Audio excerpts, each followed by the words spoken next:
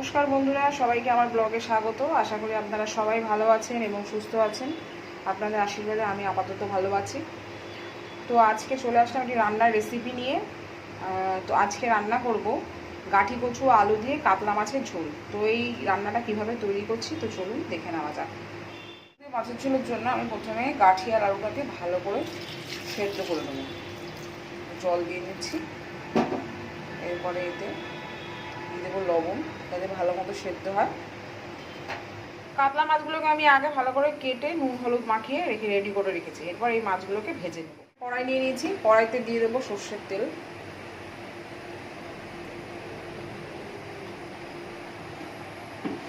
তেল গরম হলে আমি মাছগুলোকে ভালো করে ভেজে নেব।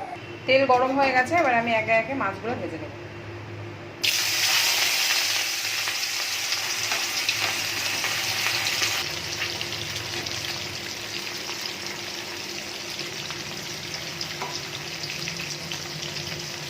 ভালো করে লাল লাল করে মাছগুলো ভেজে নিতে হবে। আমি লাল লাল করে ভেজে নিয়েছি, এবার তুলে নেব।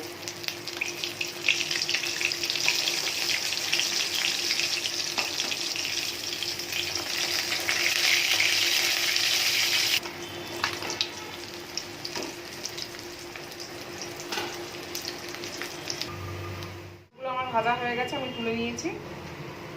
এরপর এই মাছ ভাজার তেলে আমি দিয়ে দেবো দুটো শুকনো লঙ্কা, দেবো একটা তেজপাতা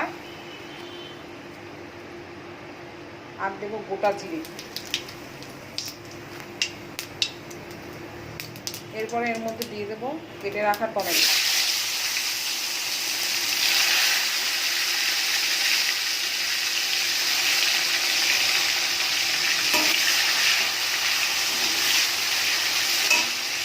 টমেটোটা ভালো করে গলে যাওয়ার জন্য দিয়ে দেবো লবণ।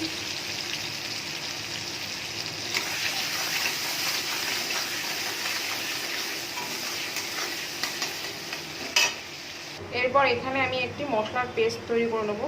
দিয়ে দেবো হলুদ গুঁড়ো, লঙ্কা গুঁড়ো, ধনে গুঁড়ো আর দিয়ে দেবো জিরে গুঁড়ো।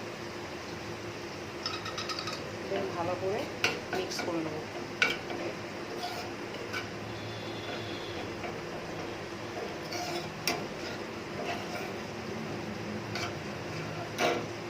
টমেটোটা আমার দেখুন ভালো করে গলে গেছে।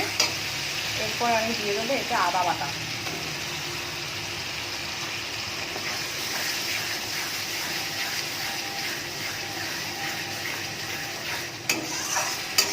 ভালো করে মশলাটাকে কষিয়ে নিতে হবে।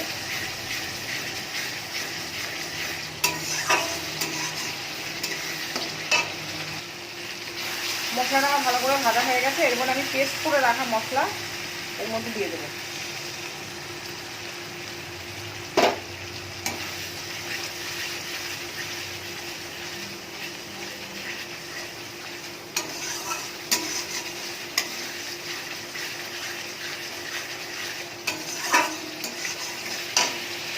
গুঁড়ো মশলা দিয়ে আমার মশলাটা ভালো করে কষানো হয়েছে, দেখুন তেল ছেড়ে গেছে। এরপরে আমার সেদ্ধ করে রাখা আলু আর গাঠি কচু দিয়ে দেবো।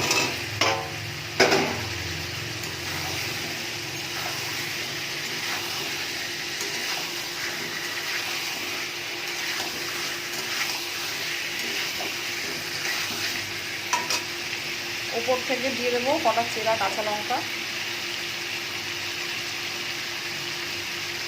দিয়ে ভালো করে কষিয়ে নেব।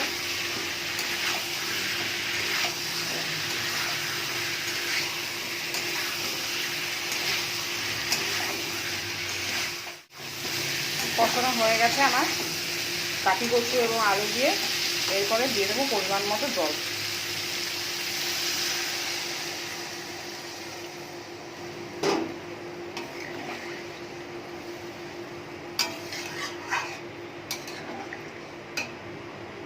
এবার আমি এটাকে 5 মিনিটের জন্য ঢেকে দেবো।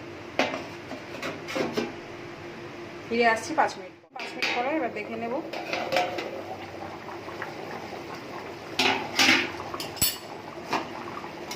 ঝোল ফুটে গেছে। আলু গাঠি তো অর্ধেকটাই সেদ্ধ হয়ে গেছিলো সেদ্ধর সময়।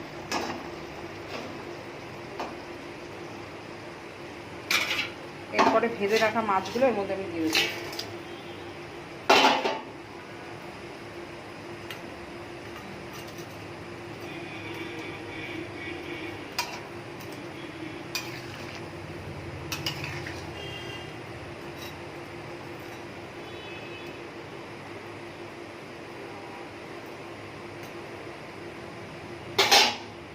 দিয়ে আবার ঢেকে দেবো 5 মিনিটের জন্য।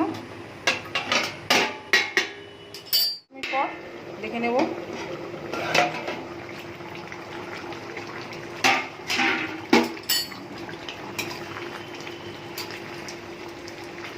তৈরি হয়ে গেছে আমার কাঠি কচু আর আলু দিয়ে কাতলা মাছের ঝোল।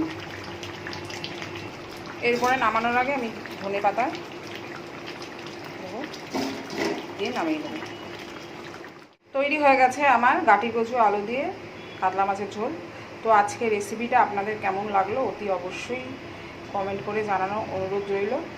আজকে রেসিপিটা যদি আপনাদের ভালো লেগে থাকে তাহলে অতি অবশ্যই লাইক করবেন, কমেন্ট করবেন, শেয়ার করার অনুরোধ রইল। তো আজকের মতো টাটা। এইভাবে আপনারাও বাড়িতে তৈরি করে দেখতে পারেন, আশা করি আপনাদেরও ভালো লাগবে। সবাই ভালো থাকবেন, সুস্থ থাকবেন। আজকের মতো টাটা।